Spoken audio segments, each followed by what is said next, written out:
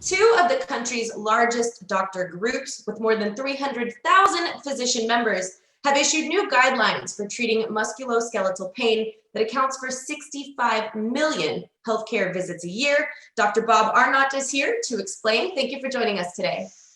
Clarissa, it's great to be with you. Thank you so much. Absolutely. Well, Dr. Arnott, why are these new guidelines such a big change in how we treat pain?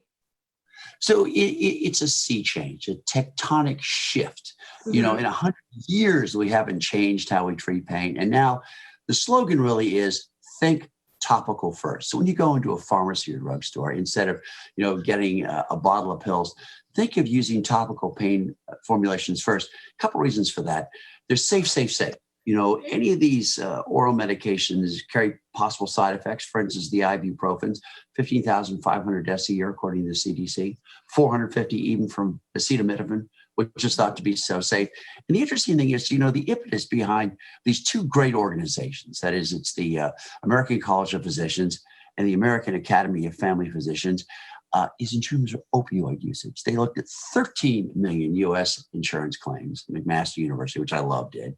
And here's what they found. If you're a high-risk individual, go to an emergency room, you're given an opioid, there's a 27% chance, 1 out of 4 chance, you're going to continue on that.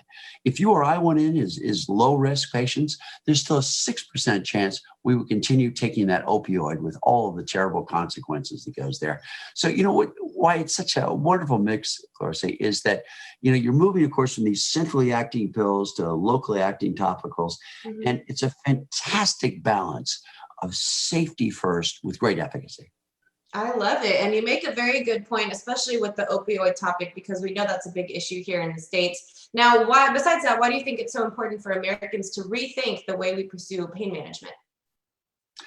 Well, just because, a risk benefit, that you have a great opportunity of getting more effective relief and getting that as safe. As a physician, our first job is to first do no harm. So we want to harm somebody by doing this. And also, in this COVID era, it's very interesting, Clarissa, because I'm working with a major medical university and I have a couple of films out basically saying, look, if you have a heart attack or stroke, it really is safe to go to the hospital. And you shouldn't delay. Do you know that with heart attacks now, people are going in a couple of days late and they can't even give them standard therapy, such as the balloon therapy. But if you have something that, it's pretty minor, it's mild to moderate pain, you're not worried about it, then you can go out and you can buy a product like Salon Fospax Large, a nice green package, FDA approved and whatnot, use it at home. And if you have any question, just like you and I are using Zoom right now, more and more doctors are using Zoom visits. So you can do a Zoom visit and say, hey, it hurts here. This is what it looks like. What do you think? And then treat it at home without having to go into a pharmacy or hospital. So, great safety-wise all across the board in this COVID era. Okay, well, I love it, especially given the circumstances we're under here in 2020. Now, tell me, you mentioned the topical therapies. How effective are they? And do you have examples of how they're working? Sure. So topical therapies were rated the most effective for pain reduction, physical function, treatment satisfaction, and symptom relief. And this is based on a review of over 200 clinical studies by McMaster University, which I love. What they found ineffective was ultrasound therapy, non-specific acupuncture, and laser therapy. So the way they work is really interesting. That is, this particular product, the Salon Pause, is made by a 170-plus-year-old Japanese pharmaceutical company.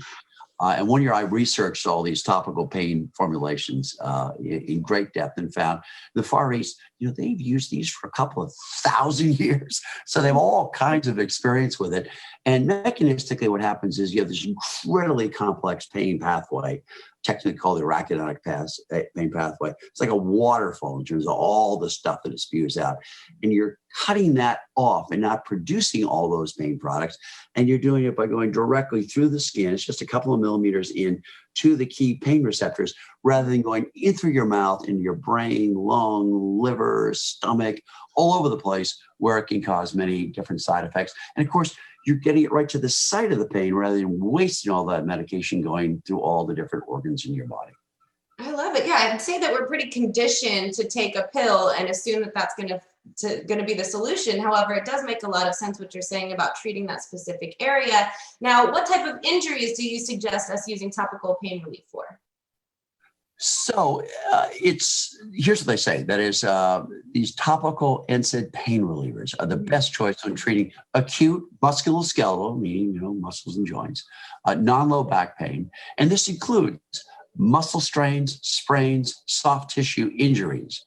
Now, while not addressed in this study, there are lots of other good studies, and it can be used for wear and tear arthritis as well, especially if you can touch it, like in your knees, as an example. If it's like your kneecap, it's great. It works, and you want to look for products that have NSAIDs and and some menthol along with it. It gives it a nice aroma and also adds to its efficacy.